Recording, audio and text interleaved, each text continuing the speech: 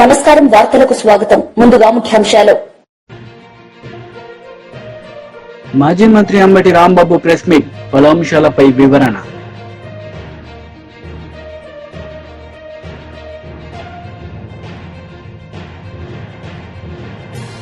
మాజీ మంత్రి Harish Rao press meet CM Revanth రెడ్డిపై ఫైర్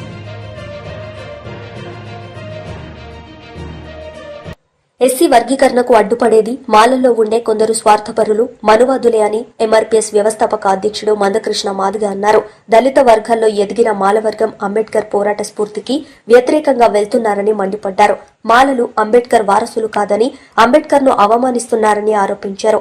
వివేక్ వెంకటస్వామికి ఎస్సీ వర్గీకరణకు అడ్డు తగిలే శక్తి ఉంటే కాంగ్రెస్ కు రాజీనామా చేసి వర్గీకరణను వ్యతిరేకించే పార్టీలో చేరాలని సూచించారు.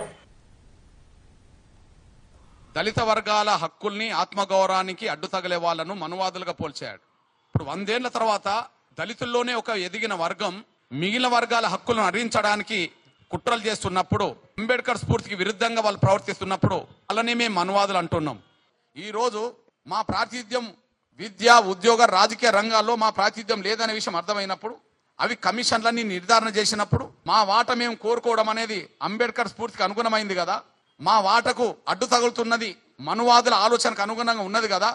నేను తీసుకొచ్చిన ఈ రథాన్ని ఎవరైనా ముందుకు నడపండి, ముందుకు తీసుకెళ్ళండి. నేను ఇక్కడ రథాన్ని తీసుకొచ్చి ఇక్కడ పెట్టాను, దాన్ని ముందుకు నడిపించండి, కానీ వెనుకకు లాగద్దు అని అంటాడు. గతంలో 3 పంటలకు రైతు బంధు ఇవ్వాలని డిమాండ్ చేసిన రేవంత్ రెడ్డి ఇప్పుడు ఒక పంటకు కూడా ఇవ్వకుండా ఎగ్గొట్టారని మాజీ మంత్రి హరీష్ రావు విమర్శించారు. రైతు బంధు, రైతు బీమా ద్వారా రైతులకు 82,000 కోట్లు ఇచ్చింది కేసీఆర్ అని గుర్తు చేశారు. రేవంత్ రెడ్డి సీఎం అయ్యాక రైతు బంధు, రైతు బీమా, బతుకమ్మ చీరలను ఎగ్గొట్టారని ఆరోపించారు. గతంలో ఎల్ఆర్ఎస్ విషయంలో బీఆర్ఎస్ ప్రభుత్వంపై అసత్య ఆరోపణలు చేసిన రేవంత్ రెడ్డి ఇప్పుడు 15,000 కోట్లు ప్రజల నుంచి కట్టించాలని అధికారులకు ఆదేశాలు ఇస్తున్నారని తెలిపారు. పేదలపై సీఎంకు ప్రేమ ఉంటే ఎల్ఆర్ఎస్ ను ఉచితంగా చేయాలని హరీష్ రావు డిమాండ్ చేశారు. ఆడపిల్లలకు కట్నం పెడతామంటే ప్రాణం పోయినా సరే ఆడపిల్ల కట్నం తప్పకుండా ఇస్తాం, చెల్లించుకుంటాం, వాళ్ళ మాట తప్పకుండా ఇస్తుంటాం. ఆడపిల్లకు మాట ఇచ్చి తప్పితే అది పెద్ద పాపంగా మనం తెలంగాణలో భావిస్తూ ఉంటాం. మరి అలాంటి ఆడపిల్లల్ని, మన అక్కా చెల్లెల్ని మోసం చేసినటువంటి చరిత్ర ఇవాళ రేవంత్ రెడ్డి గారిది. ఆ రోజేమో 2 చీరలు ఇస్తా అన్నాడు. 2 చీరలు కాదు కదా, కనీసం జాకెట్ పీస్ కూడా ఇవ్వలేన, జాకెట్ పీస్ కూడా ఇవ్వలే. పండుగ పూట ఆడపిల్లల్ని రేవంత్ రెడ్డి ఏ రకంగా బాధ పెట్టిండో, ఏ రకంగా మోసం చేసిండో ఆయన డబుల్ స్టాండర్డ్స్ ఇప్పుడు మన మహిళల విషయంలో చూసాం. అదేవిధంగా మూడోది ఎల్ఆర్ఎస్ చూపిస్తానా. అప్పుడు ఎల్ఆర్ఎస్ మీద ఏఆర్ఎస్ ఏందో ఒక్కసారి చూద్దాం. ఏఆర్ఎస్ అంటే ఏందనుకుంటున్నారా? ఎల్ఆర్ఎస్ అయిపోయింది, ఇంక ఎంఆర్ఎస్ తెస్తాడంట. పెద్ద మంచి లేదు, పెద్ద మంచి ఎల్ఆర్ఎస్ అంటే అదే ఇంక ఎంఆర్ఎస్ కూడా తెచ్చేటట్టు ఉన్నాడు. అదేంటి అంటే మ్యారేజ్ రెగ్యులరైజేషన్ స్కీమ్ సార్. వాళ్ళ రక్తాన్ని పీల్చాలనేటువంటి ఆలోచనతో రాష్ట్ర ప్రభుత్వం ఉంది. వీలైతే అసలు కట్టబాకండి. ఇబ్బడి ముబ్బడిగా మీరు తీసుకొచ్చిన అప్పులన్నింటినీ కట్టడానికి ఆ అప్పుల భారం ఈ రోజు ప్రజల మీద వేస్తా ఉన్నారు. ఈ రకంగా ఎల్ఆర్ఎస్ సబ్జెక్ట్ కూడా ఉంది. ఈ ఎల్ఆర్ఎస్ సబ్జెక్ట్ కి సంబంధించింది దానకి కిషోర్ గారు మీ అందరితో మాట్లాడారు, మేడం గారు కూడా మాట్లాడారు అనుకుంటాను, చేస్ గారు.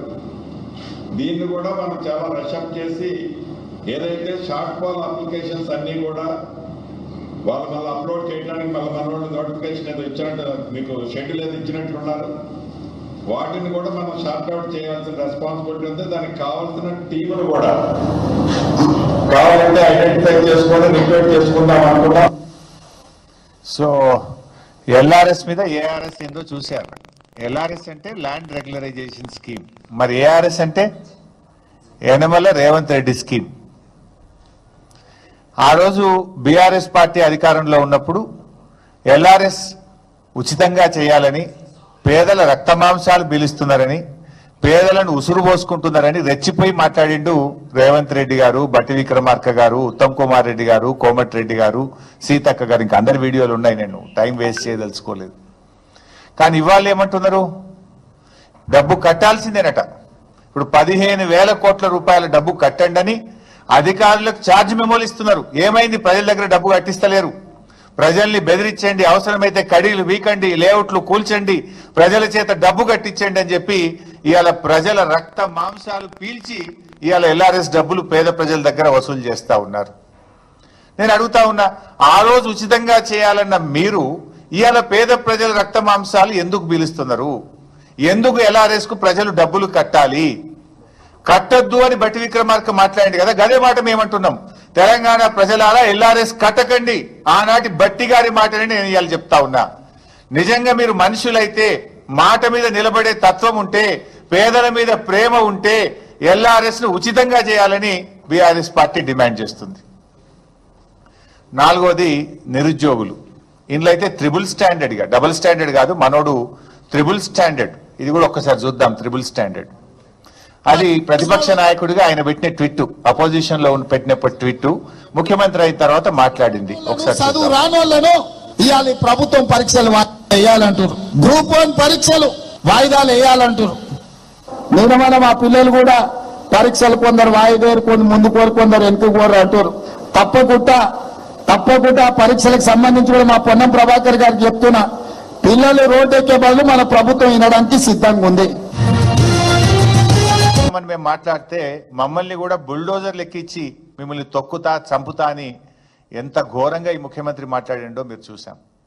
ఇవాళ హైదరాబాద్లో ఎక్కడ చూసినా రేవంత్ రెడ్డి విధ్వంసాలు, శిథిలాలే కనబడతాయి. ఈయన ఏడాది పాలనలో కూల్చిన ఇండ్లే ఎక్కువ, కట్టిన ఇల్లు అయితే ఒక్కటి లేదు. ఏడాది రేవంత్ రెడ్డి పాలనలో కట్టిన ఇల్లు ఒక్కటి లేదు. ఎక్కడ పోయినా కూల్చిన శిథిలాలు మాత్రం కనబడతాయి. పాప మా పసిపాప నా పుస్తకాలు తెచ్చుకుంటా, మా నాన్న కొనిచ్చిన వాటర్ బాటిల్ తెచ్చుకుంటా అంటే కూడా సమయం ఇవ్వకుండా కూల్చినావు కదా. Is it not criminal waste mister Revanth Reddy? ఇది క్రిమినల్ వేస్ట్ కాదా? ఆ పిల్ల విద్యా సంవత్సరం, అమ్మాయి విద్యా సంవత్సరాన్ని కూడా ఆగం చేసినావు. మానవత్వం లేకుండా వాటర్ బాటిల్ని కూడా తెచ్చుకోకుండా కూల్చినవే. మరి ఆ రోజు నువ్వేం మాట్లాడినావు? ఇవాళ నువ్వు చేస్తున్నది ఏందో ఒక్కసారి ఆత్మవిమర్శ చేసుకో.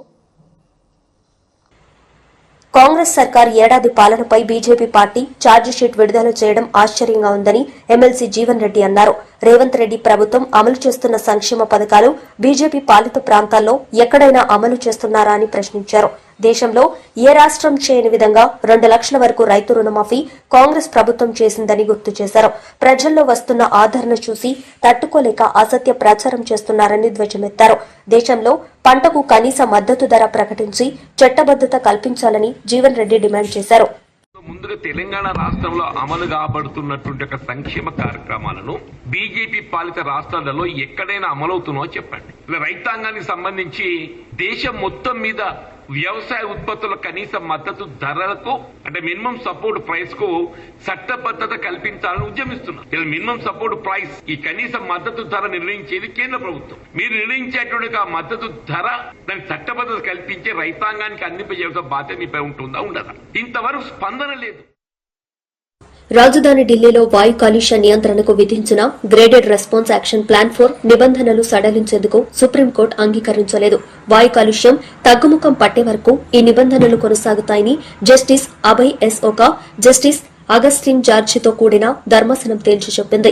ఈ నిబంధనల కారణంగా ఉపాధి కోల్పోయిన నిర్మాణ రంగ కార్మికులకు ఏదైనా పరిహారం చెల్లించారా లేదా అనే విషయం వెల్లడించేందుకు ఢిల్లీ, హర్యానా, రాజస్థాన్, యూపీ రాష్ట్రాలకు చెందిన ఆయా విభాగాల ప్రధాన కార్యదర్శులు వీడియో కాన్ఫరెన్స్ ద్వారా డిసెంబర్ 5న తమ ఎదుట హాజరు కావాలని సూచించారు.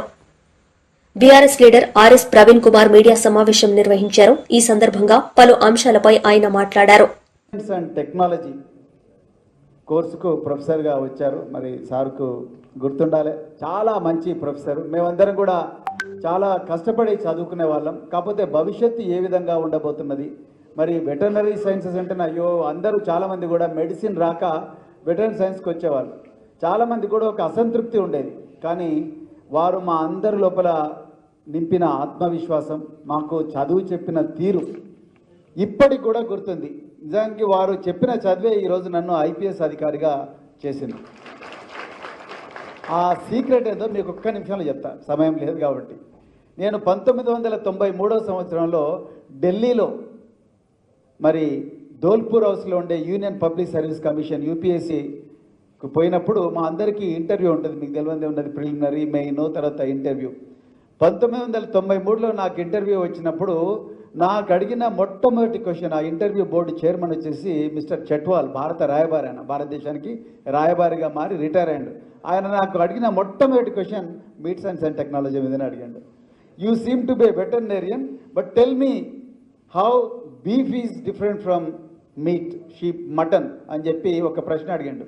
2 నిమిషాల్లో మేము చెప్పడం జరిగింది. మా అదృష్టం బాగుండి మళ్ళీ 1994లో కూడా ఆయన్నే బోర్డు చైర్మన్, మళ్ళీ నేను అక్కడికి ఇంటర్వ్యూకి పోవడం, దాంట్లో ఆయన మళ్ళీ మీట్ సైన్స్ అండ్ టెక్నాలజీ మీదనే ప్రశ్న అడగడం. అప్పుడు నాకు 186 మార్కులు వచ్చినాయి, 250కి నాకు ఐపీఎస్ వచ్చింది. సో ఆ విధంగా అంటే ఒక ఉపాధ్యాయుడు చదువు చెప్పినప్పుడు 10 సంవత్సరాలైనా 20 సంవత్సరాలైనా 30 సంవత్సరాలైనా ఆ చెప్పిన చదువు అనేది మన మస్తిష్కంలో చివరి క్షణం దాకా కూర్చున్నప్పుడే ఉపాధ్యాయుడు అనే వ్యక్తి సక్సెస్ఫుల్.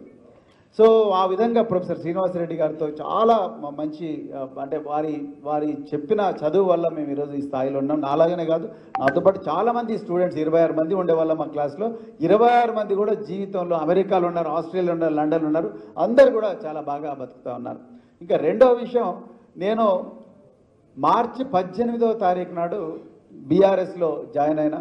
బీఆర్ఎస్లో జాయిన్ అయినప్పుడు మళ్ళీ ఎంతో ఆప్యాయంగా, ఆ రోజు క్లాస్ రూమ్లో ఎట్లయితే మమ్మల్ని చూసుకున్నారో అంతే ఆప్యాయంగా తెలంగాణ భవన్లో నాకు వెల్కమ్ పలికినరు మరి ప్రొఫెసర్ శ్రీనివాసరెడ్డి గారు. వారి ప్రేమను నేను మర్చిపోలేను.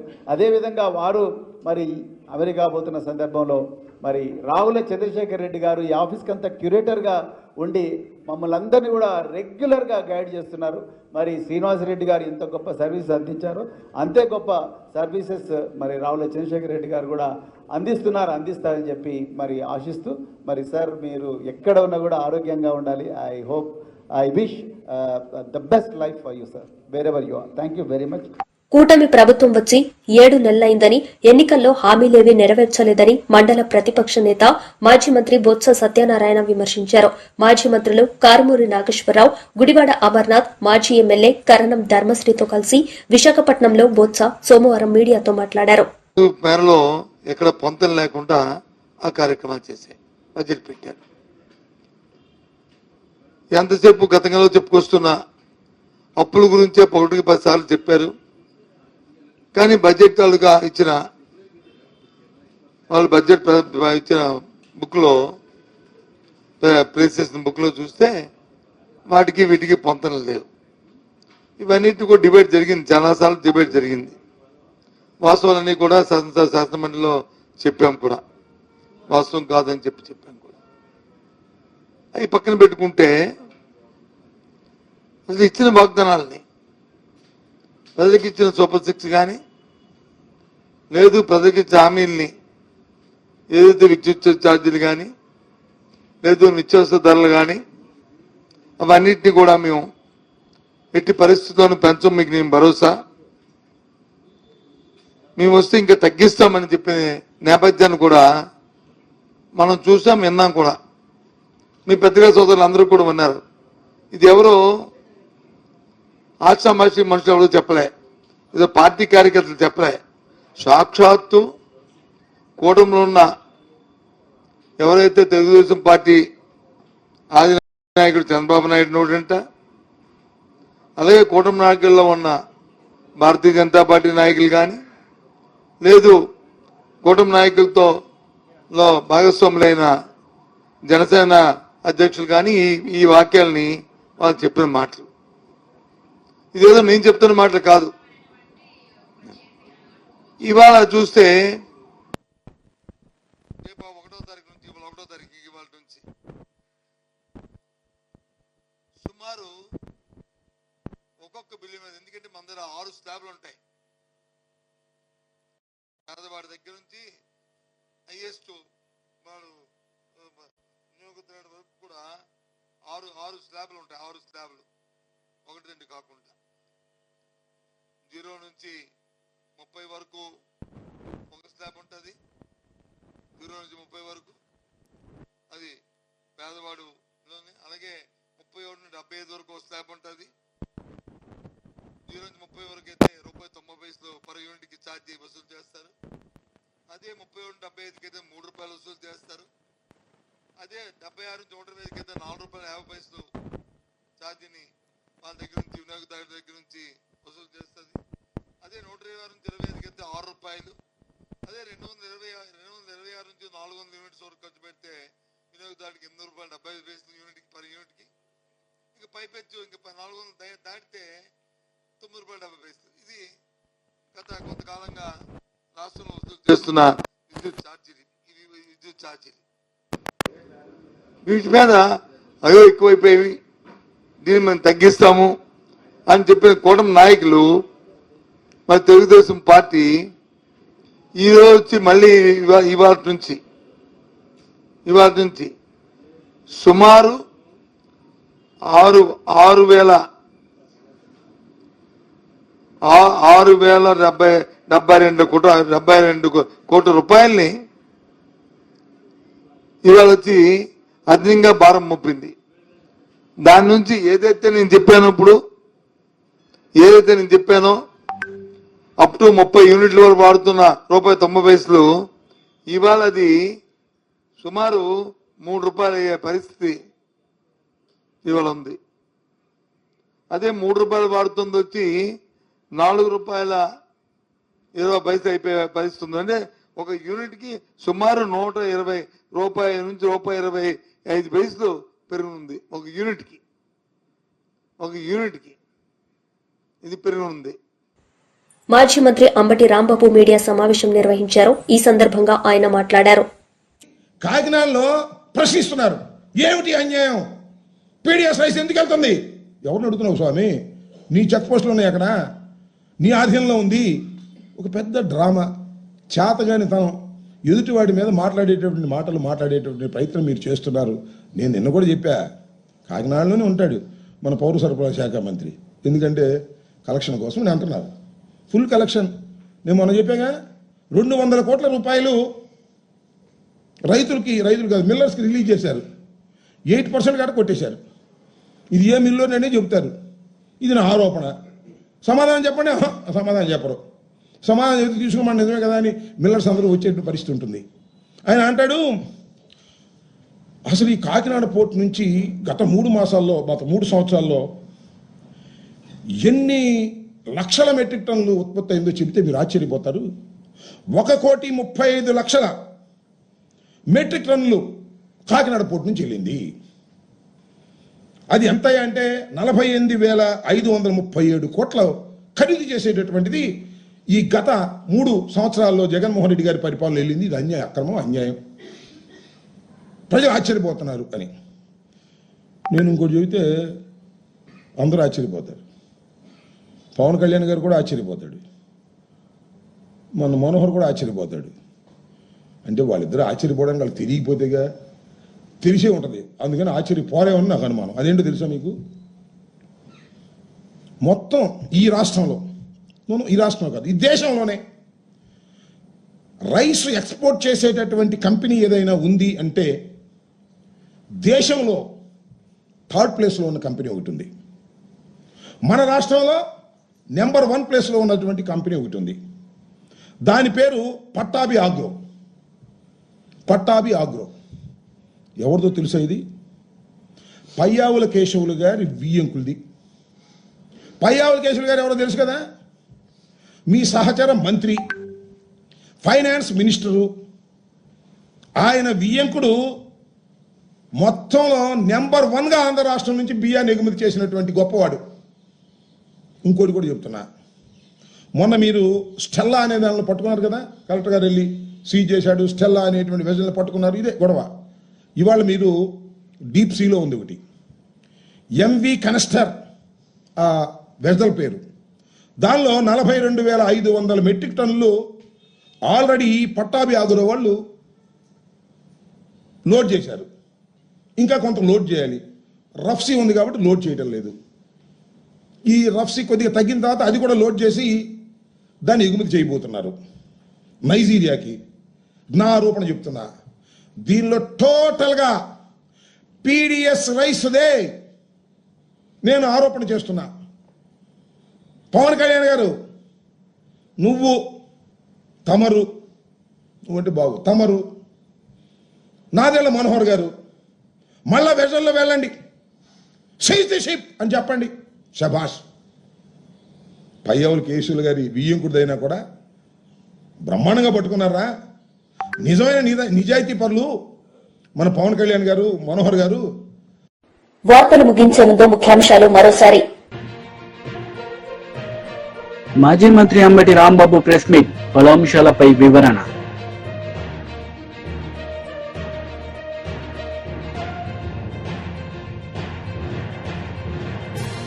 మాజీ మంత్రి Harish Rao press meet, CM Revanth రెడ్డిపై ఫైర్.